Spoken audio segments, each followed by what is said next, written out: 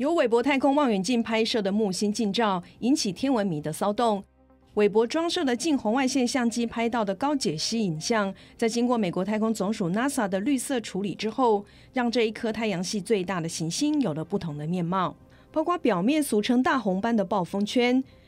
木星卫星、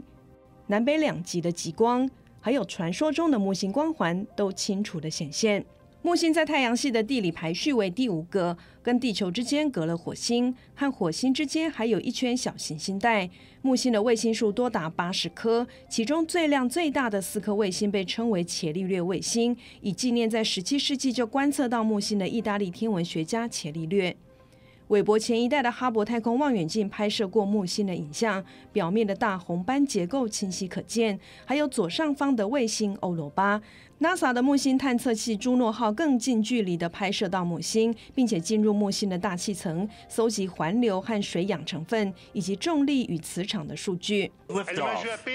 韦伯在2021年耶诞节发射升空，抵达距离地球150万公里的轨道上，进行深太空的观测任务。今年7月，韦伯传回第一批高解析的红外线星系照片。美国总统拜登在白宫率先公布了第1张影像，是至今距离地球最远也是最清晰的星系群像。其他陆续收到的影像包括船底座的星云、史蒂芬5重星系群像等等，开启人类对宇宙深处的无尽想象。It is going to be so precise,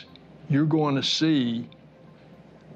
whether or not planets, because of the chemical composition that we can determine with this telescope of their atmosphere,